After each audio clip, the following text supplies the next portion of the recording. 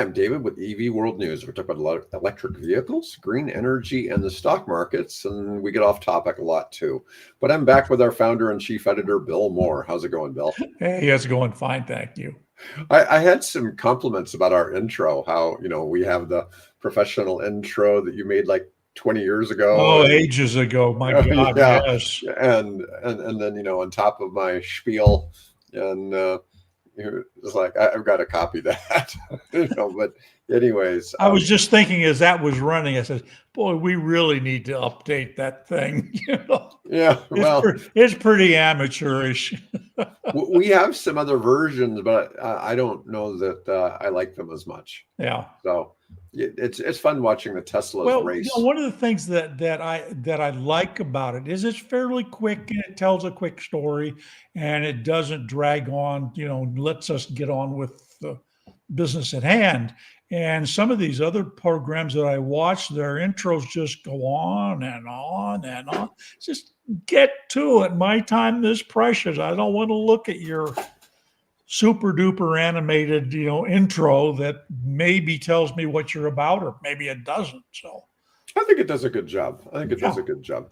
All right, let's start out with our first story. And this is something I guess should have been expected, but EV sales plunge after the tax credit ends. They're calling it the October hangover. So EV sales collapsed in October after the federal $7,500 tax credit expired, validating expert predictions. Wow, I don't know if you wow, the free $7,500. Yeah, you suddenly tell people now I'm not going to give you the $7,500, but feel free to buy this car at the full, MSRP on the sticker or whatever. Yeah. Now, one of the big things that's going to reduce depreciation. Remember how I've said how when they calculate the depreciation on the car, that 7,500 is part of the depreciation. Yep. So, anyways, it's going to stop some of that. But EVs have been at a 12% market share before that, and they dropped to 5%. Yeah. And this is just for the United States. This didn't affect the rest of the world. No, it's just here. And we're lagging so far behind the rest of the world, it's not funny. So, yeah, but the dramatic drop highlights how policy incentives directly drive consumer behavior in the EV market. But a lot of the manufacturers are trying to come up with ways to be creative to help people, buy more. Yeah. But we've already seen GM make some adjustments and things like that. Yeah, it's tough. I don't think it's really fair to the U.S. automakers. Yeah, I just saw a headline. Who was it that said the administration's policies are making the American automobile a backwater industry now? Well, we'll have to see how that plays out. Yep. People are still buying full-size pickup trucks. That doesn't seem to stop. And speaking of trucks, there's a story. Again, I just posted today of the numbers of trucks that BYD has. It's phenomenal. They've got 7 types of, cargo vans and 4 types of some others, and that, they're buses. Then I think about poor GM. They started the Bright Drop program, didn't go anywhere. They dropped it. They're maybe talking about a partnership with Hyundai to do something. And you look in that story about BYD, you look at all those models that they have on display. It's like, are we? Is General Motors and Ford Motor Company, what's Ford got? Ford's got a van and they've got the pickup. And I understand they still have the Mach-E. Well, no, I'm talking about trucks. In the commercial? In the commercial space, right? And we've got nothing, and you see this lineup that BYD has. It's phenomenal. It's just and it's sad, and it's we should be leading, and we're not. It's sad, but it's what we're at. Yeah, well, the United States is every 4 to 8 years, we change our policies. We decided to go a different direction. That's really great for planning, isn't it? Yeah. And it's really funny too, because all of our politicians run on how they're going to change the government, right? It's a recurring. Well, he's You know, certainly done that, hasn't he? yeah. All you need to do to understand it is watch the Hope and Change episode of South Park, Yeah. and it really explains politics a whole lot Oh, better. oh, by the way, we should tell people, for our listeners who are not here in the United States, that today is November 4th, and it is Election Day.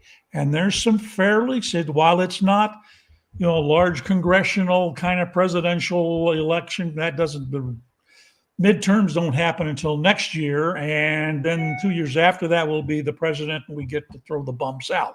But right now, we've got some fairly significant elections taking place. New York City, with what's his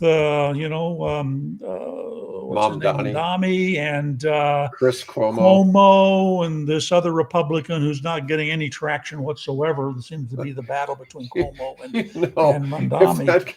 The But Republican Virginia guy is has just weird. major things happening. Am I offline again? No, I hear you just fine. Yeah. So Bill's talking about the New York City mayoral. As soon as I election start to talk. Okay, what's going on? Just to exit and come back, Bill. Stupid. Yeah. Anyways, all right, let's try that. Bill assumes we can't. Sorry, hear everybody, him. if you can hear me. Can. Nope. Got to ring off. Bye. Yeah, but anyways, we've got elections all over the country going on. The Virginia Commonwealth, they reelect their state house every year, and so you have to run for reelection every year. So that's going on. Most states do that every 2 years or every 4 years, depending on what the position is. But all right, here he comes. Maybe. Can you hear me, Bill? He's got to figure out what it is, if it's headset. He's trying to talk to me, but do you hear me? Yeah. Oh, okay, good. All right, so you're back then. Okay. Yeah, I was explaining also in the Virginia Commonwealth, they reelect everybody every year to their state house, and they have 100 districts, and they're all out running and trying to get reelected today. That one's kind of a zoo, because I don't know how you keep track of like your local delegates, and I just can't imagine as a citizen just going to vote for my local delegate. I just can't imagine that the turnout can be that great. And I mean, and that really determines those elections. Yeah. At least in the midterms, we get to vote on maybe a senator, maybe like two-thirds of the time we do. Right. And, we get to vote on a congressman, or one congressperson, and maybe a mayor or something like that. Our mayors are for 4 years though, aren't they? Yes. Yeah. Yeah. So, I mean, it's really just Congress here, and occasionally a senator, in the midterms.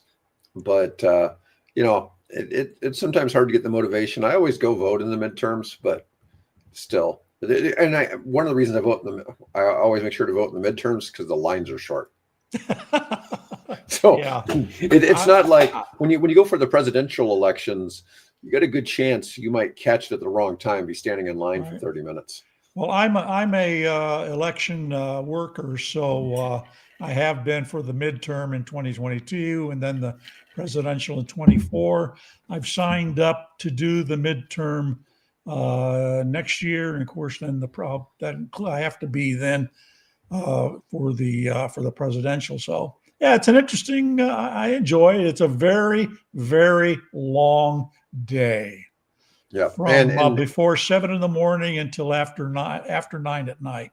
And if you're a citizen, it is your duty to vote. Doesn't mean you'll go do it, but if you don't have a right to bitch about the outcome. You don't have a right to bitch. Yep. I don't care who you go vote for. Fool around and find out. We live in a free country, and you need to go exercise those rights that people have died for. Absolutely. If you want to keep those rights, you have to participate.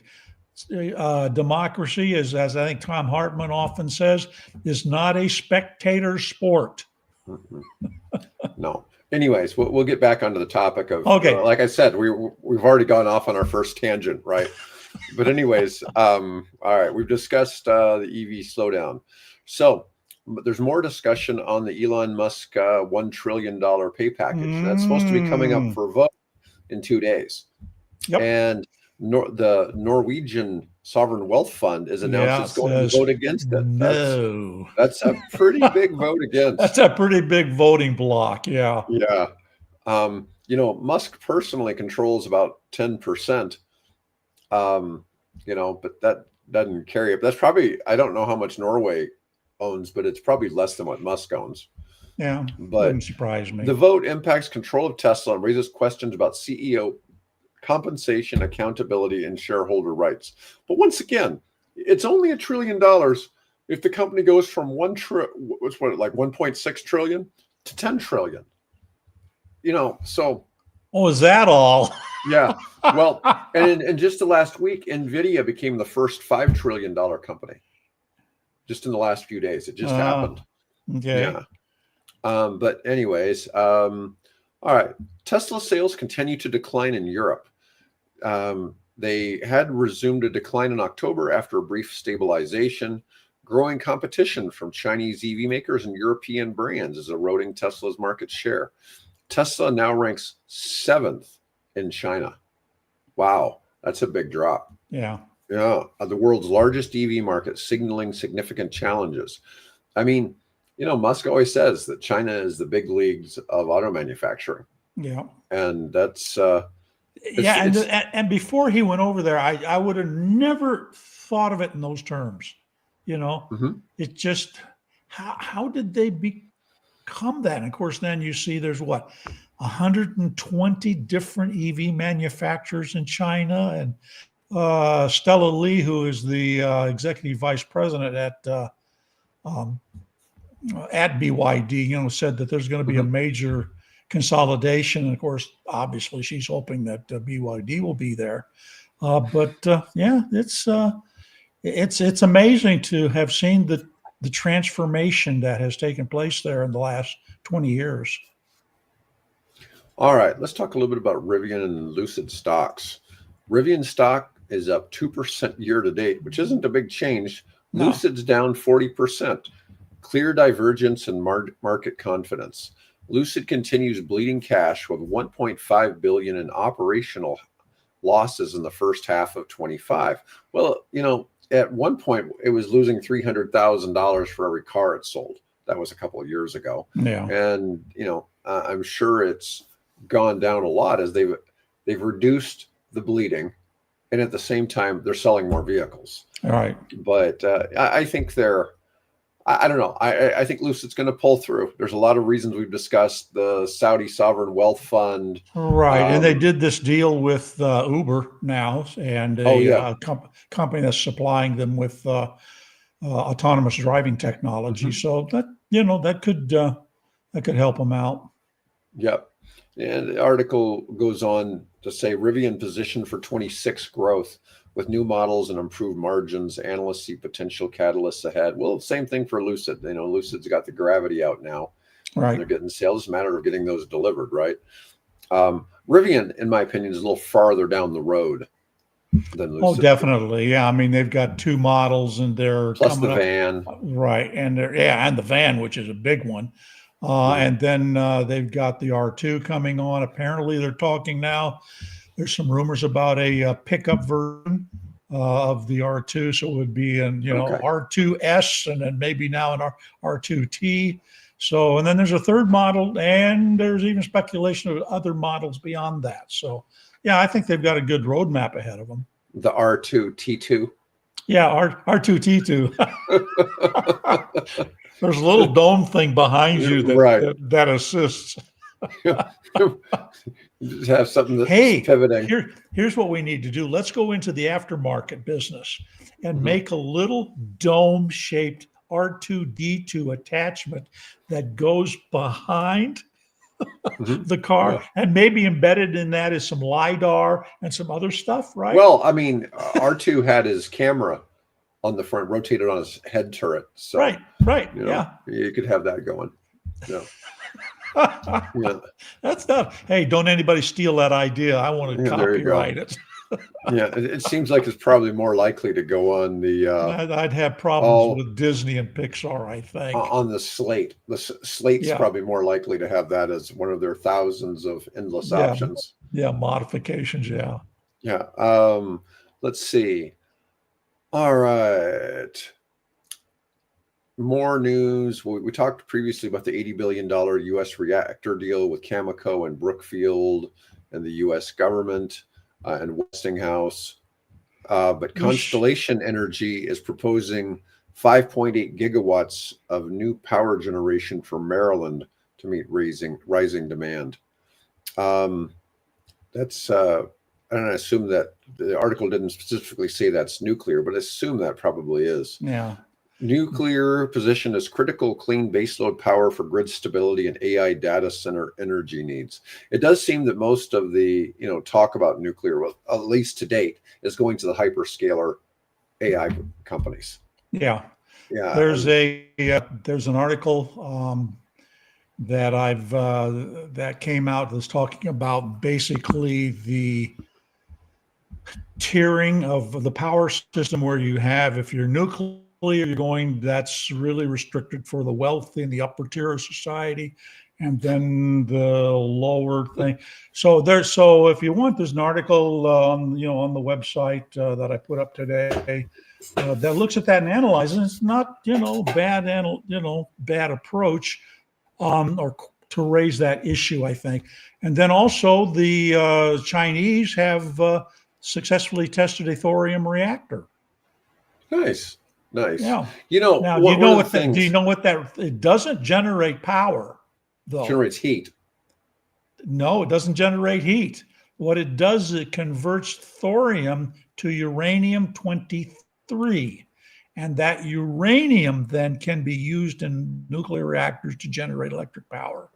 So it's just Oh, there okay. basically to take thorium, which apparently China has, as always it seems, an abundance of thorium resources, and they're built this thing out in the middle of God nowhere. I mean, you look at the photographs of that plant, and all these guys are standing hundreds of yards away from it with measurement instruments, testing it was successful. Apparently, it was successful.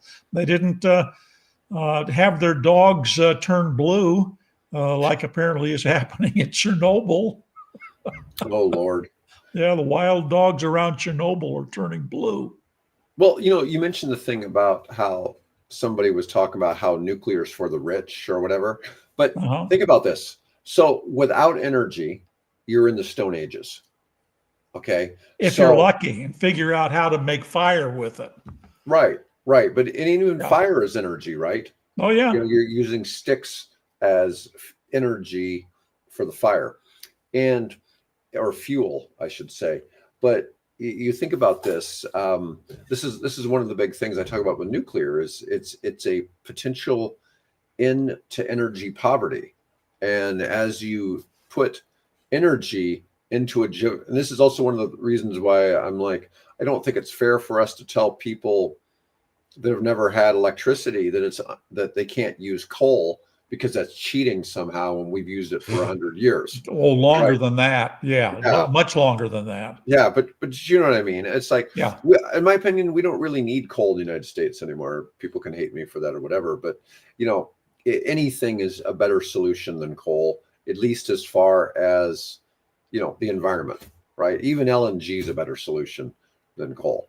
Okay. Modestly so, yes, but still, Yes, yeah. I agree. It's still not It's not. ideal. It's not leaving behind huge piles of toxic residue. Right. And I'm just saying, though, I mean, you have this, it's like you guys can just stay in the Stone Ages rather than, Yeah, and have access to electricity. And that's not fair for that's me to judge those people. absolutely. I totally agree. Yeah. Okay. But on the flip side, those of us who are in a more prosperous society where we have access to various kinds of energy, I think it's on us to try to make it as clean as we possibly can. Yep. And Which is why their efforts to try to bring out from behind locked vaults what energy that we have learned. I'm getting a little off track here, pardon me, but what we've learned about technology that powers these devices we call unidentified aerial phenomena, UAPs. Mhm. There's some really interesting videos out there starting to appear now of that we have figured that out, but they don't want to bring it, to the forefront because it would disrupt the current monopolies of fossil fuels and things of that nature. So I mean, obviously we have to get, at some point we have to get beyond this fossil fuel based economy that we've had for the last several thousand years. We've got to move beyond that. And is technology maybe from somewhere else that has been around longer than we have, that way forward? I don't know. It's interesting. I don't necessarily believe it's real, but would I be surprised if they found stuff that they haven't told us about? I think it's possible. Yeah. But anyways, the thing with nuclear, depending on where the stage it's at, I see all these different things about levelized cost of energy and all these things, what's cheaper. And at a certain point, the newer technology in nuclear will be cheaper than just about any other source, especially if fusion ever becomes real. But once again, when will that happen? Probably not in my lifetime. Yeah, I've spoken enough about. So. I see all the good news in fusion on a weekly basis, but it's the same thing. It's like, okay, that's great. Yep. It's great. You just got to make it happen 1,000 times more frequently. Yeah, and then we're talking. And I always keep coming back to, why do we need a wrecking ball or a giant jackhammer to drive a nail? You've got, what is this? The surface of the sun is so many millions of degrees, and we want that plasma inside of that torrid, fusion reactor to be operating at magnitudes above that. To do what? Turn water to steam? Which happens at 212 degrees and 100 degrees Fahrenheit or Celsius, Well, it depends on the type of reactor you're talking about. The newer stuff is getting rid of the water. Well, yeah, but what are they doing with it? They're creating some form of hot air, right? And they're using that to spin turbine blades. And that hot air, okay, it could be, 300 or 400 degrees, but that's generally, I think, probably enough to drive a turbine. So I don't know, are there smarter ways to do that than having to have to deal with the temperatures of the sun? I'm still a little skeptical. It's really funny because when you talk about some of the new high temperature gas reactors, they run at like 900 degrees Celsius. Okay, but when you're talking a fusion reaction, it's like 70,000 degrees Celsius. Yeah, my point exactly. Yes. Yeah, and when I see that, it's just like, well, how does everything not just melt? Yeah, you have to have special alloys. Look at a turbine engine in a jet aircraft. Those gets to be significant temperatures in there, and the turbine blades have special ceramics or whatever they do. So we can conquer that thing. It's just, is that the smartest way forward? I don't know. It's interesting to see, though. Yeah, a lot of people really want to see it happen. All right. Illinois legislature passed a historic bill ending decades-long ban on new nuclear plants, opens a door for advanced nuclear tech, including small modular reactors, signals a broader shift in U.S. energy policy, recognizing nuclear's role in decarbonization. Nuclear is the only thing that both parties seem to agree on. Yeah. And again, I'm not opposed to it. I just think that there's other that we have to think very long and hard about its application and what Well, do you do with it afterwards? It's getting rid of all the incentives for solar and then, driving up the tariffs on solar at the same time yeah, is not a good look. no. Um, And solar has been the fastest growing new source of electrical power in the United States. and the whole world. Yeah. Um, you know, Virginia has its elections going on, and that's like the number one topic is rising energy costs in Hmm. Virginia. And it's really interesting because these people are at they have 100 different delegates in their house across the Commonwealth, and it's a challenge. When I went and met with Virginia politicians a couple of months ago, they all wanted to talk about energy and nuclear and what we could do, but it's interesting because you've got the Democrat politicians are all going to be talking about how Trump is ending um, solar and wind, and on the other side, they're trying to encourage more LNG and stuff like that. Right. And I don't know. I think a lot of people, you're just not going to change their mind. No, And then that's it's frustrating. You and I are trying to educate people, but it's interesting because it's not easy to change somebody's mind when they hear one thing. And I get really sick of hearing all these things about how wind and solar are bad. It's like I'm not going to disagree that wind is ugly, okay, but I don't. I think it's giant kinetic sculpture, is my view. there. You go. See those things just gently out there, turning around. I'm a little puzzled as to why bald. I guess apparently there were some bald eagles or one or two. I don't know if it was multiple or whether it was just a photograph of one eagle taken multiple times from different angles. I don't know the answer to that. But that it's not like they're a fan, right? That's just spinning so fast that the poor bird can't see it and flies into it. No, these things just spin with a slow grace that is, I like. I think now, would I want one out my backyard here? No. But would I mind having it on the hills half mile away? Probably. I wouldn't have a problem with it. But Yeah, the birds just can't estimate, and it looks like it's moving so slow. They think they can dodge it, and then they get clubbed by it. yeah, well, I blame that on it does stupid happen. birds. So I'm not going to say it Yeah, doesn't. But but the thing is, there's one of the bridges over the Missouri River here in Omaha is known for just slaughtering birds, and I think it's birds flying at night fly into the damn thing and yeah, die. yeah. And I mean, birds fly into things. I mean, I have Well, birds fly that. into my windows all the time. Oh yeah, yeah, and not only that, but then also it's the problem with bats are also there. Complaining about the fact that bats are running into, which is I find a little difficult because bats are flying at night and using their sonar and so. Yeah. Well, anyways, all right. Microgrids are surging across the U.S. as big tech and utilities shore up power. U.S. microgrid capacity projected to hit 10 gigawatts by the end of the year, up from 4 gigawatts previously. Tech companies and utilities investing in localized power systems to ensure reliability. The microgrids are integrating battery storage and renewable generation for resilient, independent power. I'm working on a really big battery storage proposal Okay.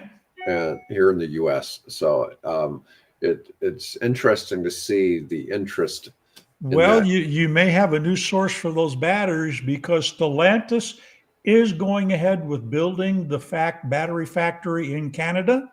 Oh, nice. But those batteries are going to be used for solar or for energy storage. They're Mm-hmm. not going to be used in EVs. Oh, okay. Yeah. Well, I mean, to a certain degree, it almost makes more sense because you're making a much bigger battery. There's a lot of other technologies too now. I mean, you can do sodium ion, you can do lithium ion, you can do LFP. There's a lot of technologies you can Yep. do. Yeah. for those battery storage systems. And then there's just simply hot bricks. Have you seen that one? Yeah. You know, where they take the heat and they just store that heat in the bricks, and then that gets released and apparently run back through some type of a turbine and generates power. So you've got that as well. There's all sorts of fascinating technology. There's one I saw where they're using, they can use microbes in the earth as sort of a fuel cell that you can generate. I just saw the headline and posted the story. I haven't had a chance to read it. But you could, those microbes help move electrons between a earth-buried cathode and an earth-buried anode and generates electric power. Now, how much of your backyard you need to have dedicated to that, I don't know, right? It's I saw something a month or two ago that was talking about using building construction, like commercial buildings, right, and designing battery storage into the cement on the outside of the building. Oh yeah. There's technology that turns cement into a type of battery. The innovation is great. You know, it's out there. We just need to make sure it's practical and, you know, expandable and sustainable, right? I can just see it. Everybody in the building, though, that has that type of architecture, they walk around with their hair looking like Einstein. Right. Yeah. They got all these little hair standing hairs on end. standing on end. Yeah. In fact, there's a guy, what is it, Professor Simon or something like, does a YouTube video on different science things. He's got that. He's had this white hair and it sticks. It's like he's in, what do they call those now, you know, the thing that hey Bill, Owen's speaking your language here. Mycelium batteries sound promising. Well, I don't know if it's mycelium or not, but yeah, why not? You know, the dang things are smart. They've even talked about building computers to run off of mycelium because the stuff is so intelligent, I guess. So yeah, it's fun to watch this stuff. It's exciting. All right. The free excess renewable energy era is over. So grid operators no longer see curtailment of excess solar and wind as an acceptable option. Now, in California, during the day, there's so much solar produced, they can't store it all and they can't use it all. Right. And high efficiency, long duration energy storage is now essential for both climate goals and economic viability. The shift is from dumping the excess power to store and monetize is changing renewable economics fundamentally. I mean, the battery storage systems have really plummeted in cost. So that makes it a whole lot easier to keep things up. Well, the mycelium has a network of fibers like a nervous system. Yes, exactly. That's how some plants communicate actually through that network underground. So yeah, it's fascinating. I mean, I have been running. Oh, if I take you over to my desk, I will show you my little mycelium setup over here. So that's an area that I've explored, and it's fun. It's interesting. It's really intriguing. All right. So the global electric bus fleet surges 150%. Yeah. Europe and Latin America lead the growth. Now, buses aren't a huge thing here, at least not where we live. I mean, I see them, but I don't notice a lot of people riding them. They probably are.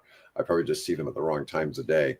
But global e-bus deployment exceeds 700,000 units, with buses, China dominating and Europe registering 5,000 units.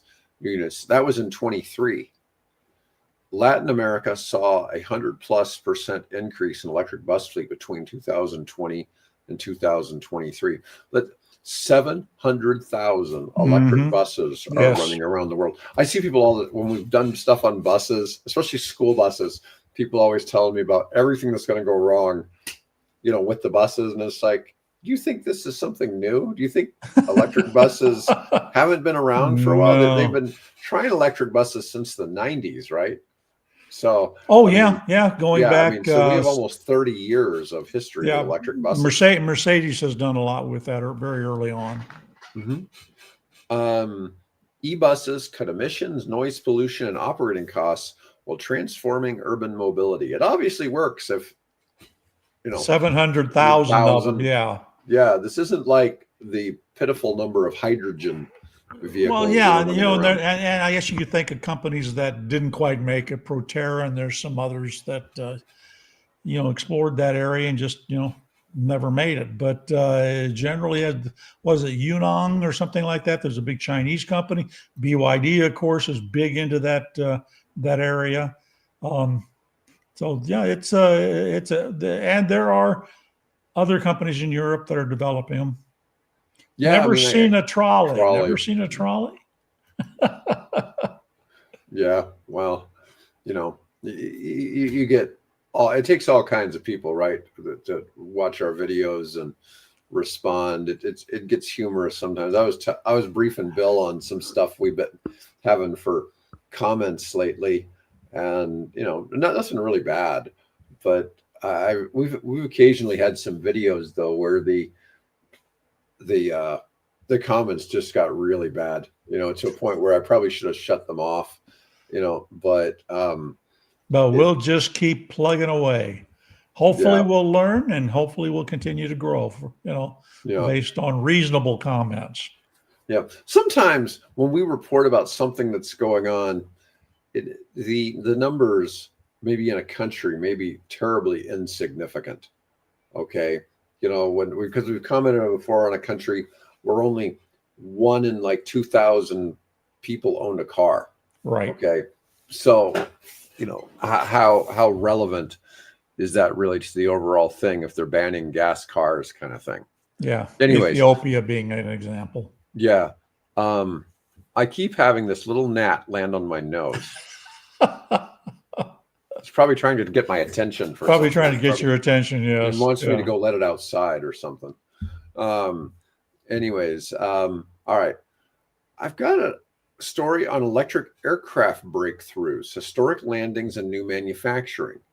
A historic electric plane landed at Boeing Field, marking a milestone for passenger aviation. Yeah. I don't know exactly what this may be.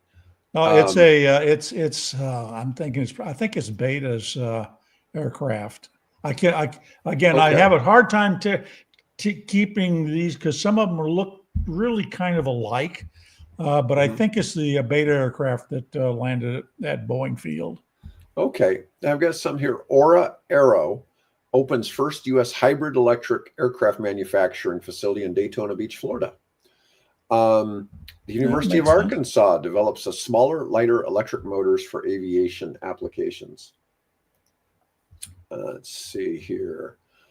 Oh, what else we got? All right. So, and you had mentioned this a little bit. BYD predicts mass shutdown of Chinese car makers. Yeah. Fierce price wars and overcrowded market will lead to consolidation. Well, we're already talking about Tesla's dropped to number 7 in China. Yep. And the up and comers are, obviously BYD's a big player there. NIO, Xpeng, and that's Geely. Who else? The Great Wall Manufacturing. There's that just names like 5 of the multiple companies that are out there in this space. All right. Total Energies is a European company, loses in Paris court, marking a turning point for fossil fuel truth in advertising. A Paris court ruled against Total Energies for misleading climate claims in its advertising, marking a major precedent for fossil fuel accountability. The company falsely portrayed itself as aligned with climate goals while expanding oil and gas operations. Yep. Climate groups hailed the decision as a turning point for truth in environmental marketing, reinforcing legal pressure on greenwashing and corporate disinformation. I get videos all the time of from Exxon, talking about I get them from Aramco.